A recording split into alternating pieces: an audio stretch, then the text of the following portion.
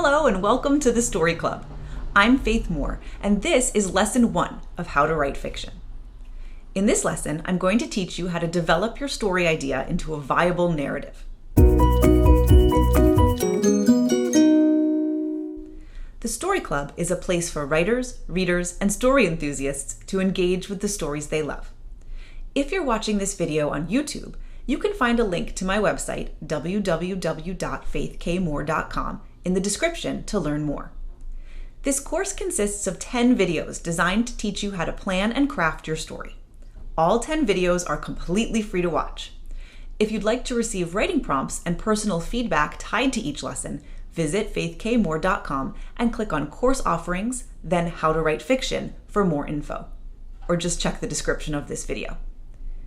If you're already watching this from my website, there's more info right on this page. Okay, on to the lesson. Most good novel ideas start as a what if. What if a man was cursed to turn into a beast and only love could change him back? What if an alien landed on Earth and discovered Earth's sun gave him superpowers? What if a mermaid traded her voice to a sea witch to get legs? You get the idea. You might already have a what if in mind. Or maybe you feel like you have a lot of what ifs.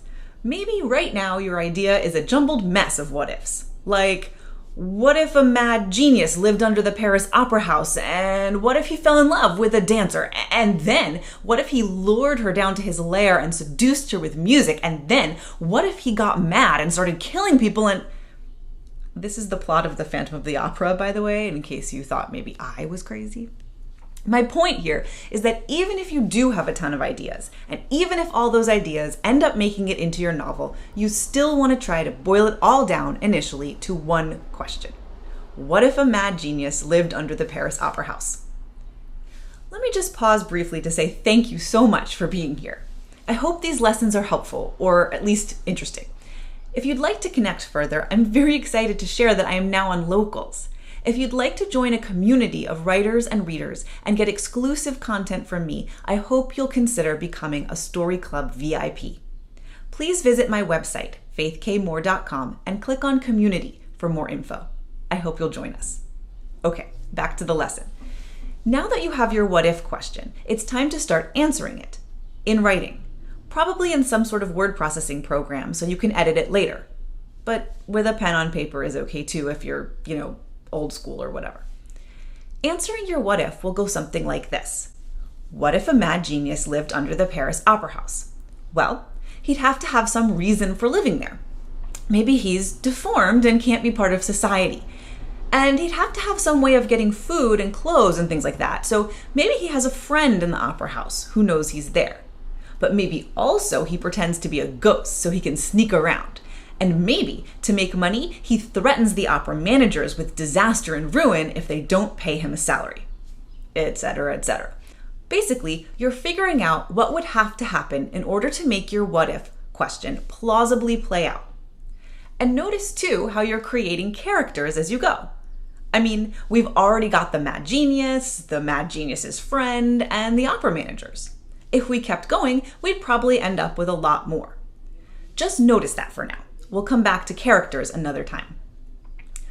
Once you've played around with answering your what if question for a while, you should have a pretty good backstory, or at least the beginning of one. We'll talk about plotting and outlining another time. For now, we're just developing an idea to make sure it's a story we really want to tell, and one that'll make sense. So, in that vein, what we need now is a conflict, something that makes the story worth reading. Sure, it's interesting to think about a crazy dude living under an opera house, but something has to actually happen or we're not going to be interested for long. Like your what if question, you should be able to boil your conflict down to one simple statement. For example, time is running out for the beast when a woman shows up at his castle. Or the alien discovers he has superpowers right as an evil super genius starts trying to take over the world. Or the mermaid only has 3 days and no voice to get the prince to fall in love with her or she'll be the sea witch's slave. The conflict takes the what if question and gives it some stakes. It takes it from an interesting thought to the beginning of an actual story.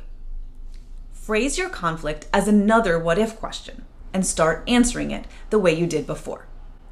What if the mad genius under the opera house falls desperately in love with an opera dancer, but she's in love with someone else? Well, he's deformed and lives in an underground lair, so he can't just ask her out. Okay, well, maybe they have something in common. Music. She's got a beautiful voice and he's a composer, so he starts giving her singing lessons, but he won't let her see him.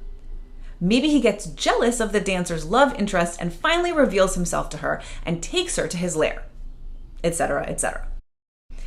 You want to come up with the scenario that allows your what if question and its conflict to play out. Once you've got the what if fleshed out as much as possible and the conflict also fleshed out as much as possible, you're ready to move on to character development, which is lesson 2. See you there. Thanks for watching How to Write Fiction. Remember, if you'd like to receive writing prompts and personal feedback tied to each lesson, visit www.faithkmoore.com and click on Course Offerings, then How to Write Fiction for more info, or just check the description of this video if you're watching on YouTube. Also on my website, you can click on Editing Services to learn how to hire me to edit your work, or you can click on Community to find me on Locals. Happy writing!